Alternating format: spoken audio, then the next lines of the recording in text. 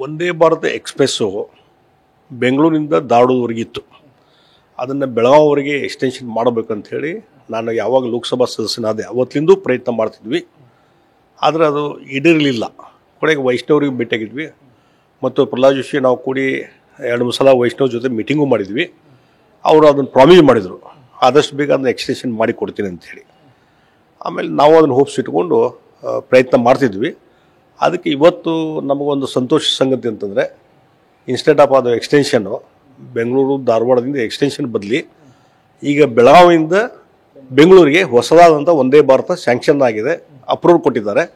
ಅದಕ್ಕೆ ನಾನು ಅದನ್ನು ಸ್ವಾಗತ ಮಾಡ್ತೀನಿ.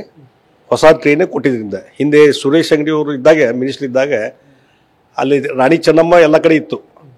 ಕೊನೆಗೆ ಸುರೇಶ್ ಅಂಗಡಿಯವರು ಏನು ಮಾಡಿದರು, ಬೆಳಗಾವಿಯಿಂದ ಬೆಂಗಳೂರಿಗೆ ಹೊಸದೇ ಒಂದು ಟ್ರೈನು ಹೊಸದಾಗಿ ಮಾಡಿಸಿದರು. ಅದೇ ರೀತಿ ಇವತ್ತು ಈ ವಂದೇ ಭಾರತ ಎಕ್ಸ್‌ಪ್ರೆಸ್ಸು ಬೆಳಗಾವಿಯಿಂದ ಬೆಂಗಳೂರುವರೆಗೆ ವಂದೇ ಭಾರತ ಹೊಸದಾಗಿ ಇವತ್ತು ಸೇರ್ಪಡೆ ಆಗ್ತಾಯಿದೆ.